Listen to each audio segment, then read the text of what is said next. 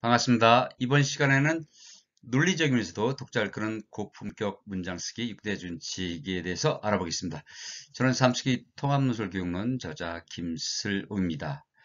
한국외국어대학교 교육대학원에서 독서논술을 가르치고 있습니다. 세종국어문화원에서는 공공언어 바로잡는 일을 하고 있고요. 자, 질문은 언제든지 좋습니다. 댓글로 달아주시고요. 또 묻고 또 묻자. 멋있죠? 미리 한번 생각해 보겠습니다. 이런 문장이 있을 경우에 이런 문장은 과연 적절한지, 좋은 문장인지, 바른 문장인지, 아니면 독자를 끄는 문장인지요. 기초 기초 과정과 심화 과정으로 나눠 진행되는데 모집과 동시에 마감되는 등 시민들에게 인기가 좋다.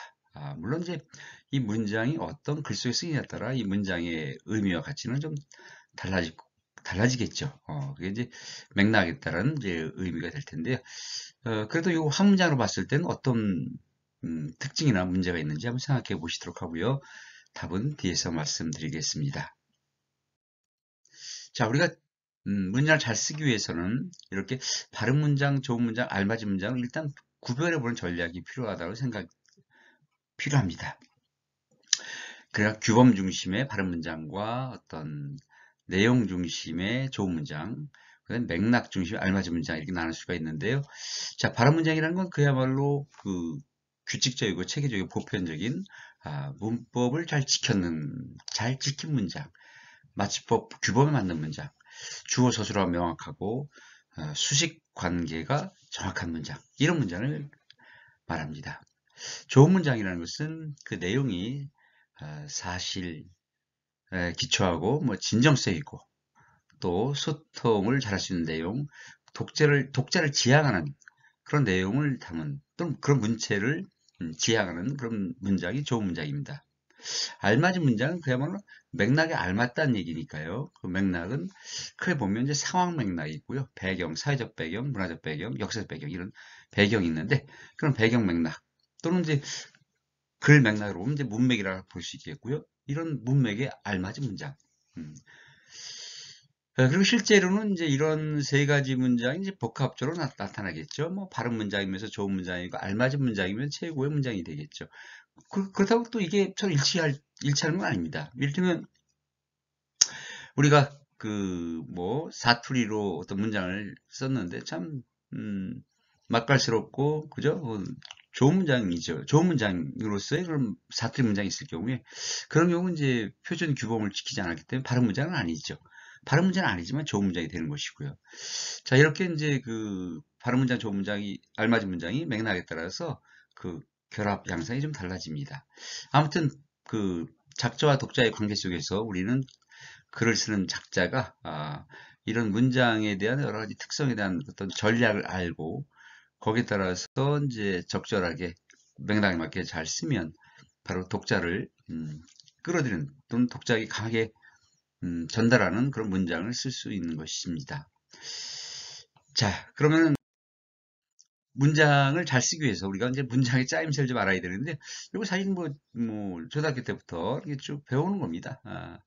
그렇지만 실제 문장을 쓸 때는 왜 안 될까? 이런 걸 생각해 보면서 문장의 짜임새, 우리가 보통 이런 독립어, 그래서 밑에 있는 주어, 목적어, 보어, 서술어가 이제 주성분이라고 하는 것이고요.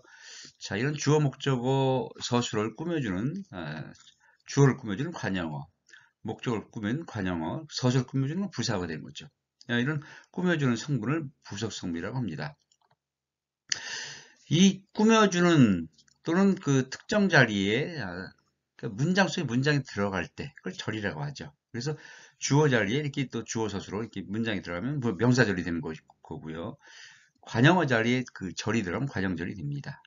물론 서술어 자리에 절이 들어가면 서술절이 되죠. 뭐 코끼리는 코가 길다. 그럼 이제 코끼리는 주어죠. 코가 길다는 서술어에 들어있는 절인데 코가는 이제 서술절의 주어, 이중주어 구문이 되는 거죠. 자, 이렇게 이제 이렇게 이제 문장 속에 또 다른 문장이 들어갈 수 있는 것이고요. 이걸 이제 그림으로 이렇게 그려보면, 자, 새 구름이 빨리 간다. 이럴 경우에 이제 구름이 주어 간다 서술어 이게 주성분이고요. 새 관영어 빨리 부사어 이것이 부속성분입니다. 자, 그래서 가을 하늘이 눈이 부시게 푸르다. 그러면 푸르다를 꾸며주는 그런 부사어 자리에 이렇게 절이 왔습니다. 그래서 눈이 부시게 이게 이제 부사절이 되는 것이죠. 자, 그래서 우리 뭐 문장 짜임새 이렇게 보니까 뭐 아주 간결하고 뭐 누구나 다 또 이렇게 쓰고 있는 것 같지만 실제 문장을 쓸 때는 이런 짜임새가 이렇게 헝클어지거나 잘 안 맞아서 전달이 잘 안 되거나 명확하지 않거나 뭔가 좀 중의성을 띠거나 그럴 때가 많이 있죠. 뭐 동생 민지는 보고서를 열심히 쓴다. 열심히가 이제 쓴다를 꾸며주는 거니까 꾸며주는 말은 꾸밈을 받는 말에 가까이 있는 게 좋은 거죠. 그런데 동생 민지는 열심히 보고서 쓴다. 이렇게 쓸 수도 있거든요. 그렇게 쓰는 것보다는 동생 민지는 보고서를 열심히 쓴다. 이렇게 쓰는 게 더 명확하게 수식감을 보여줌으로 해서 의미 전달을 잘 할 수 있다는 얘기죠. 그러니까 우리가 문장을 잘 쓰기 위해서는 문장을 구성하고 있는 문장 성분을 잘 알아야 되고요. 근데 그 문장 성분과 품사의 관계를 또 알면은 그 우리가 문장을 잘 부려 쓸 수 있거든요. 그래서 우리 말은 이 어근이 있을 때와 없을 때로 나누는데 어근이 있는 경우에 이렇게 여러 성분으로 쓰일 수 있는 품사가 있고요. 하나의 성분으로만 쓰이는 품사가 있습니다. 이를테면 밑에 것부터 먼저 볼까요? 이 관형사와 부사는 오로지 하나의 문장 성분으로만 쓰여요. 그래서 관형사는 관형어라는 문장 성분으로만 쓰이고요. 부사는 오로지 부사어라는 문장 성분으로만 쓰입니다. 감탄사는 독립어로만 쓰이고요. 그런데 이른바 명사, 대명사, 수사라는 체어는 이렇게 그 조사를 첨가해가지고 조사를 붙여가지고 이렇게 다양한 성분으로 주어, 목적, 보어 등 다양한 성분으로 쓰이죠. 변신을 하는 거죠. 그리고 동사와 형용사, 서술격 조사에 해당되는 이 품사들은 어미의 변신을 통해서 어미가 어가 첨가됐다고 볼 수 있고요. 또 이렇게 기본형을 기준으로 보면 이게 활용했다고 볼 수도 있는데 아무튼 어미의 첨가 활용을 통해서 역시 또 다양한 성분으로 이게 변신을 합니다. 그래서 우리말이 이렇게 조사 어미가 발달되어 있고 어미와 조사에 의해서 그 주요한 어떤 문장의 성격, 그 말의 성격들이 결정되기 때문에 그래서 우리말을 이제 첨가라고 보통 그렇게 부르는 거죠. 자, 이번 시간은 뭐 품사에 관한 강의는 아니니까 품사에 관한 다른 특성들은 설명하지 않겠습니다. 자, 여기에 또 우리 말에 이 문장 짜임새에 관한 중요한 특징이 나타나고 있습니다. 자, 어근이 없는 이른바 그 조사가 바로 문장 성분과 밀접한 관련을 맺고 있는데, 예를 들면 그 성분과 관련된 문장 성분의 자격을 보여주는 조사를 그래서 격조사라고 부릅니다. 그래서 주어의 자격을 보여주는 주격조사, 보어의 자격을 보여주는 복격조사, 목적어의 자격을 보여주는 목적격조사. 그래서 그 조사의 특징만 보더라도 그 문장 성분의 특성을 알 수 있는 것이고요. 그래서 이게 대단히 발달되어 있는 그 말입니다. 그러니까 우리나라 그 한글이 다른 나라 문자보다 한참 발달된 문자인데 말조차도 다른 언어에 비해서 섬세하게 발달되어 있습니다. 이건 뭐 국수주의나 국뽕차원에서 말씀드리는 건 아니고요. 실제 그렇습니다. 그래서 헐버트 선생이 미국 나이 23살에 우리나라에 와가지고 3년 만에 한국어를 배워가지고 이제 나중에 1889년에 미국 뉴욕 트리뷴지에 신문에 그 소논문에 가까운 그 긴 칼럼을 투고를 하는데 야, 한국어는 조사와 어미가 발달돼 있어가지고 아주 섬세한 어떤 감정, 생각들을 더 섬세하게 표현할 수 있다. 뭐 그러면서도 간결한 짜임새를 갖고 있다. 뭐 그런 놀라운 얘기를 했었죠. 자, 아무튼 왜냐면 그리고 영어 같은 경우는 이런 우리말처럼 이렇게 어떤 특정한 어떤 단어가 이런 문장 성분에 관련된 그 기능을 그 단어 자체에 보여주는 건 아니거든요. 자, 그다음 성분과 관련되지 않은 보조사, 문법적 기능 이외에 이제 뜻기능까지 더해주는 그 보조사, 또 접속조사도 있고요. 자, 기본적으로 이런 특징들을 이제 알아보고요. 자, 그렇다면 이제 한번 논의를 더 진전시켜 보겠습니다. 아까 말씀드렸던 기초과정과 심화과정으로 나눠 진행되는데 모집과 동시에 마감되는 등 시민들에게 인기가 좋다. 일단 뭐 특별한 문제는 없어 보이는데 뭔가 좀 부족하고 명확하지 않고 모집과 동시에 마감된다고 했는데 기초과정과 심화과정이 모두 그렇다는 것인지 또 동시에 마감되는 게 뭐 1시간 이내인지 아니면 뭐 그냥 열자마자 10초 이내인지 뭔가 좀 명확하지 않다는 거죠. 뭔가 정보를 주려고 하는 문장 같은데 정작 그 알짜 정보가 명확하게 안 보이니까 두루뭉실한 문장이 되어버렸어요. 그래서 좀 더 정확하게 좀 고쳐본다면 000 프로그램은 기초 과정과 심화 과정을 나눠 진행되는데 두 강좌 모두 모집 1시간도 안 돼 마감될 정도로 시민들이 인기가 좋다. 이렇게 좀 더 구체적으로 쓰면은 어떤 이 문장이 전달하고자 하는 내용뿐만 아니라 또 진정성, 사실성까지 명확해져 가지고 이른바 그 고품격 문장이 되는 거죠. 이 고품격 문장이라고 해서 뭐 이렇게 뭐 고상하거나 뭐 그렇다는 의미, 그런 의미를 쓰는 거 아니라는 거 아시죠? 그죠? 아니면 뭐 이 프로그램은 우리가 이제 그 기사문 속에서 따온 거니까 뭐 앞문장 관계 속에서 뭐 주어는 생각될 때도 있고 뭐 대명사로 바꿀 수도 있는데 아무튼 그런 과정 그런 맥락이라면 이 프로그램은 기초 과정과 심화 과정 나눠 진행된다. 이렇게 그냥 두 문장을 끊어서 우리가 쓸 수 있겠죠. 그런데 그 두 과정 모두 모집 공지와 동시에 마감될 정도로 시민들의 인기가 좋다. 뭐 이 정도로 두 문장으로 이렇게 간결하게 다시 풀어서 좀 정확히 쓸 수가 있고요. 자, 요거는 여기 답을 미리 보여드렸네요. 사업장에서 자 그러면 고치기 전과 후를 한번 비교해 보실까요? 사업장에서 직원들이 본인 명의 카드를 사용하고 경비 정산을 받을 경우 지출 결의서를 통해 해당 내용에 대한 지출 사유를 명확히 기재해야만 사업 관련 비용으로 인정받을 수 있는 것이다. 저기 문해력이 좋은 저도 이게 사실 금방 뜻이 금방 안 들어옵니다. 자, 고쳤으면 밑에 거랑 비교를 해보실까요? 직원들이 사업장에서 본인 명의 카드를 사용하고 경비 정산을 받을 때는 지출 사유에 명확히 기재해야만 사업 관련 비용으로 인정받을 수 있다. 이렇게 자, 이걸 비교를 해보시면 밑에 문장이 그 전달하고자 하는 내용과 의미가 더 잘 들어온다는 걸 알 수 있고요. 자, 그래서 그 이렇게 더 나은 문장으로 쓰는 전략 이런 것들을 오늘 좀 알아보자는 겁니다. 하나만 더 볼까요? 온라인 선착순 신청으로 1분 안에 마감되는 경우도 있다고 하니 관심 있는 시민이라면 집수리닷컴 공지를 참고해봐도 좋겠다. 자, 이거 어떻습니까? 온라인 선착순 신청으로 1분 안에 이거 대단한 인기 있는 건 우리가 짐작할 수 있고 관심 있는 시민이라면 집수리닷컴 공지를 참고해봐도 좋겠다.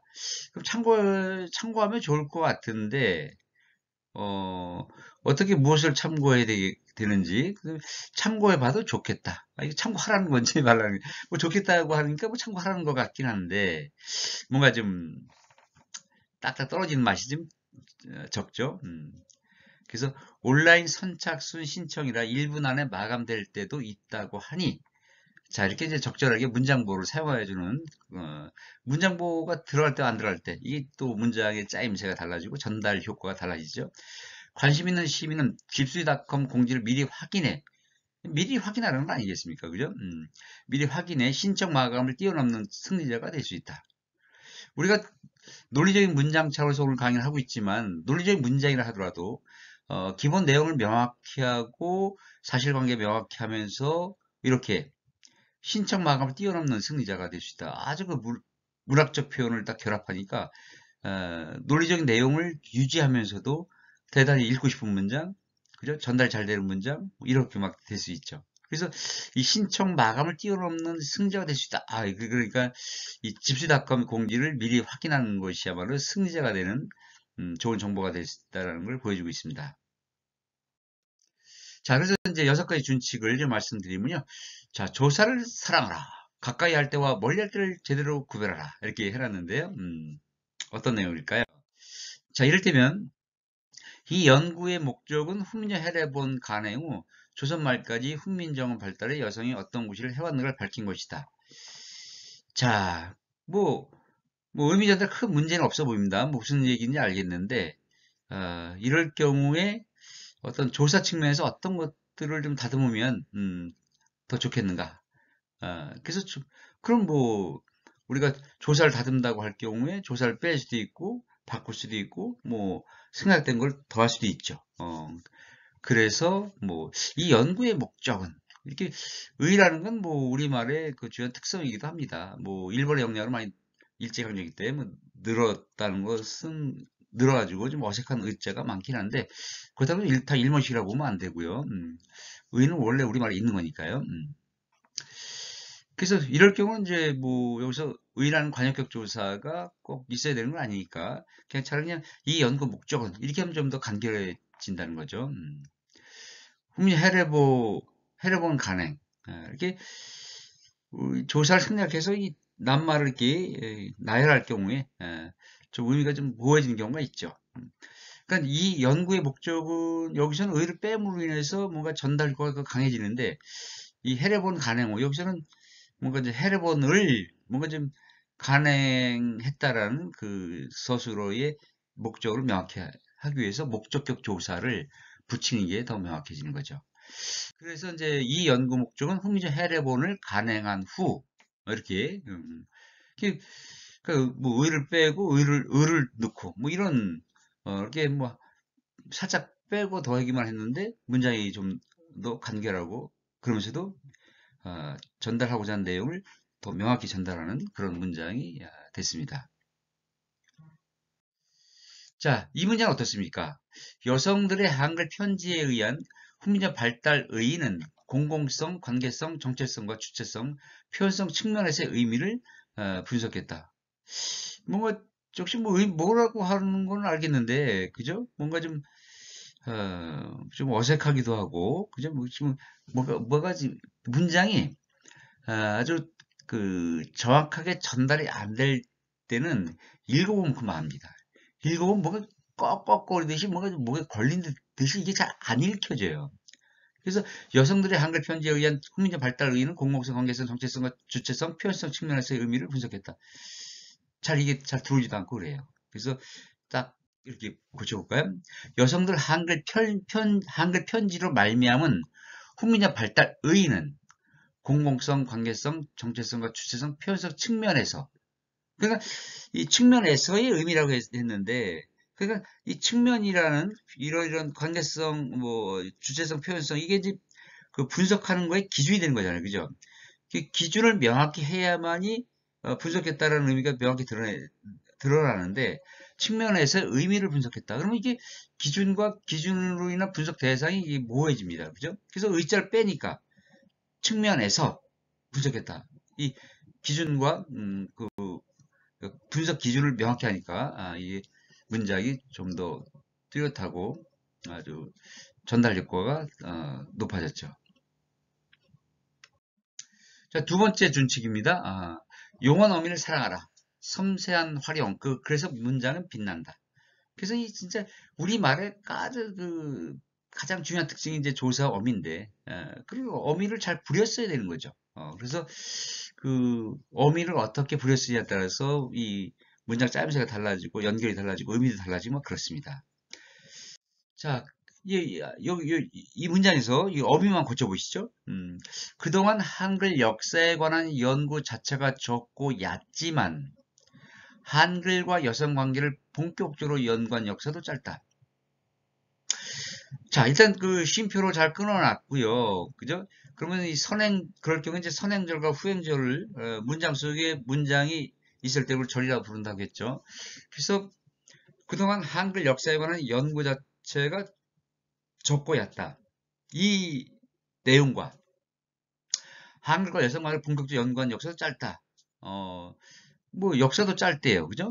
뭔가 좀 그렇다면 이 얕지만 것까지의 어떤 의미와 한글과 여성 관계를 본격적으로 연구한 역사도 짧다. 연구와 역사도 짧다. 이거를 얕다. 에서 이제 얏 어간에 지만이라는 어미가 붙었는데 그 지만이라는 어미에서 뭔가 연결이 되고 있는데 근데 뭔가 좀 이상하죠, 그죠? 얕지만 그럼 뭔가 좀 반대 내용이 될 것 같은데 그렇지 않죠. 그래서 봤더니 역시 어미를 잘못 붙였습니다. 어, 자,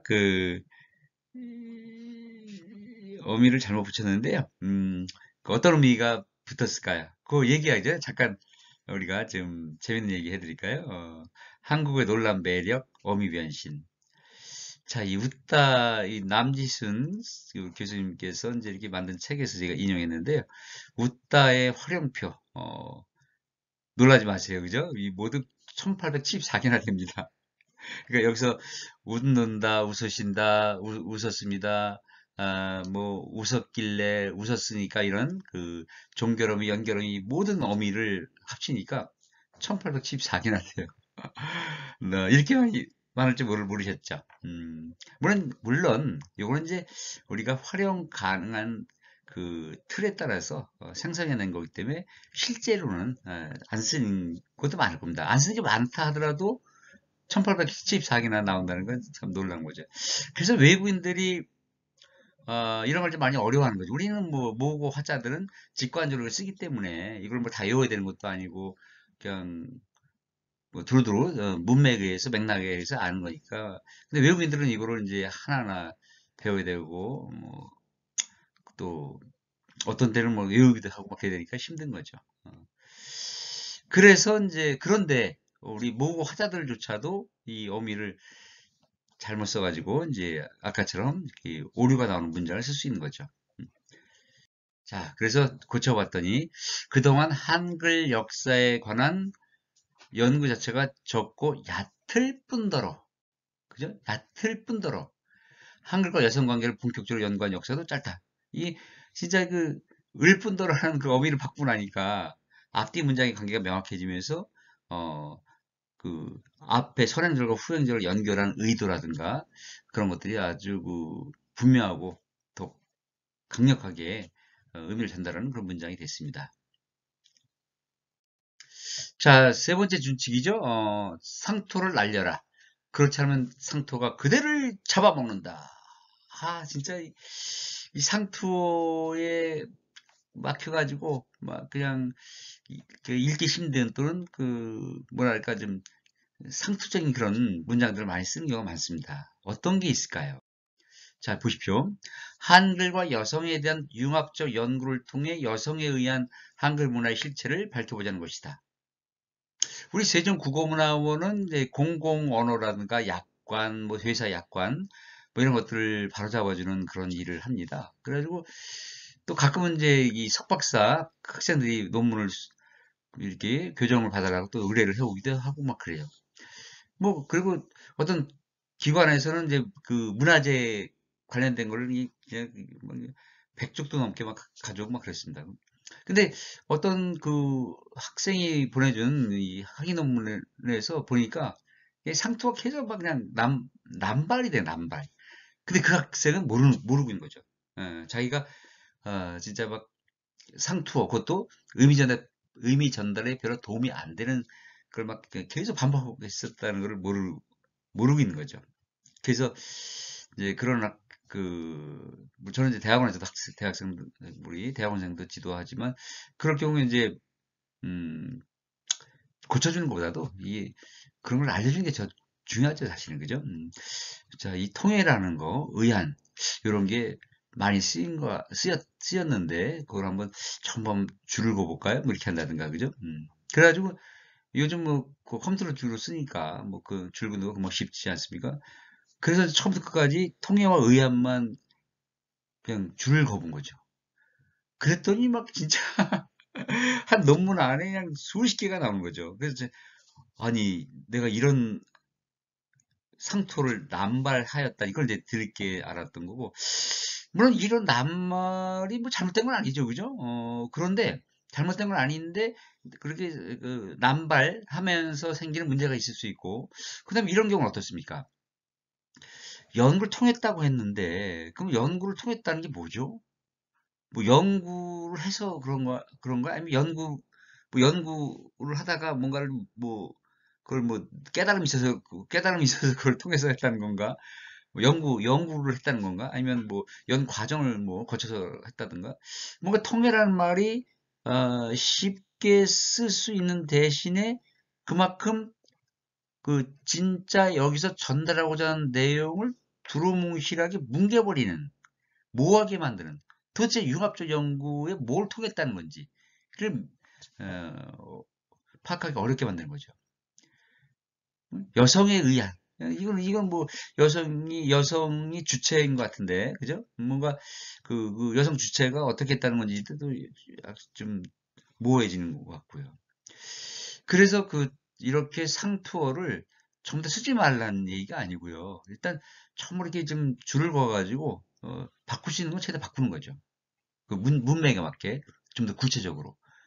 어, 이렇게 하면은 이제 우리가 그 상투에 잡혀 먹지 않는 그런 문장을 쓸 수 있습니다. 자, 그래서 이제 바꿔봤더니 한글과 여성에 대해 융합적으로 연구한 거예요. 그죠? 뭐 연구를 통해서 뭐 그런 게 아니라 연구하여 여성에 따른 한글 문화 실체를 밝혀보자는 것이다. 이런 내용이죠. 자, 이제 서술부를 늘어뜨리지 마라. 상큼하게 마무리하라. 자, 서술부를 늘어뜨리지 말라고 했습니다. 상큼하게 마무리하라. 무슨 말일까요? 자, 일단 예문을 보도록 하겠습니다.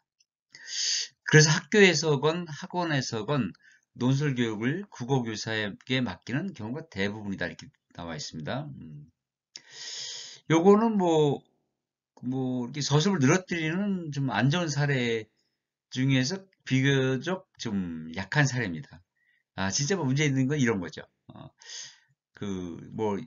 우리가 환경보호를 위해서 일회용, 용품을 대로 쓰지 말아야 된다고 생각한다고 볼 수 있다고 볼 수 있다. 뭐 이런 식으로 막, 그죠? 에, 그냥 생각한다. 뭐, 그죠? 뭐, 하지 말아야 된다. 뭐 이렇게 좀 명확해야 되는데, 에, 앞으로 일회용 용품을 자제해야 된다고 볼 수 있다고도 여겨진다고 할 수 있다. 뭐 이런 식으로 막 하니까 제가 좀 재밌게 하기 위해서 좀 이런 예를 들었지만, 실제로 아니, 근데 재밌게가 아니라 실제 그런 문장을 의외로 많이 쓰고 있다는 거죠. 그리고 특히 논설문에서는 자신의 주장을 논리적으로 설득하고자 쓰는 건데 설득이 안 되는 거죠.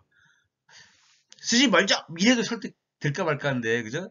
쓰지 말자고 볼 수 있다고 그렇게 생각할 수도 있다고 여겨진다. 이렇게 하면 설득 당하다가도 그래서요? 이렇게 되는 거죠. 자, 맡긴 경우가 대부분이다. 이걸 어떻게 바꿀까요? 대부분 국어교사에게 맡기게 된다. 이렇게 하면 되는 것인데, 그죠? 대부분과 이걸 뒷부분으로 돌리면서, 이 서술부가 좀 길어지면서, 오히려 의미 전달이 모호하게 되는 거죠. 대부분 국어교사에게 맡게 된다. 이렇게 하면 되겠죠.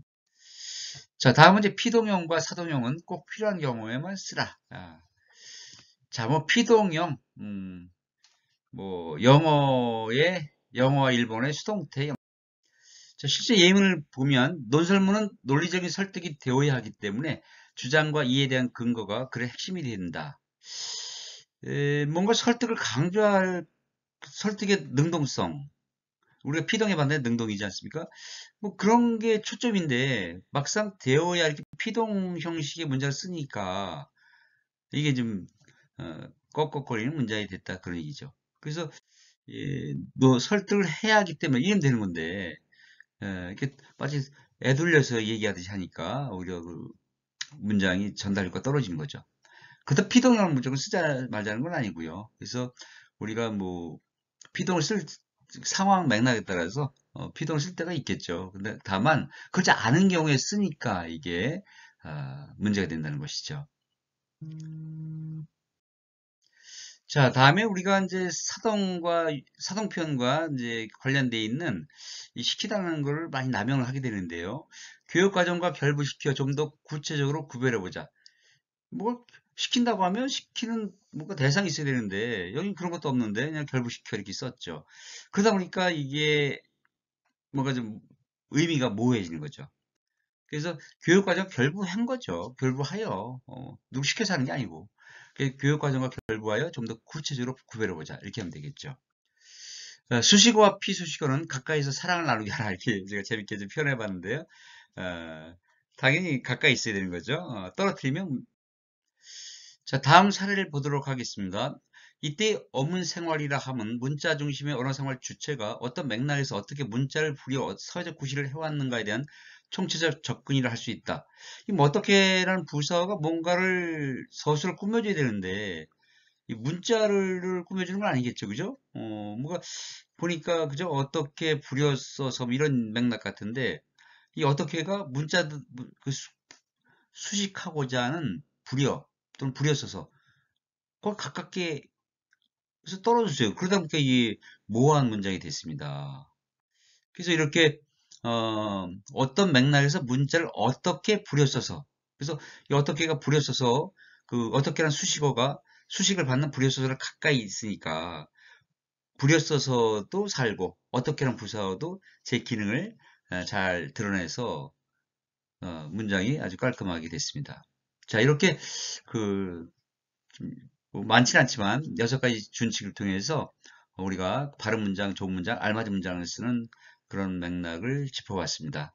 이 6가지만 잘 지킨다고 한다면 우리가 하고 싶은 말을 아주 멋진 그러면서도 간결하면서도 풍부한 그런 문장을 통해서 소통을 잘할 수 있는, 설득을 잘할 수 있는 그런 논리적 문장을 써서 독자들을 확 끄는 그런 좋은 글, 칼럼을 쓸 수 있겠죠. 자, 더 자세한 내용들은 사무쓰기 통합논술 교육론 참고해 주시기 바랍니다. 자, 어리어리 끌어차차 고맙습니다.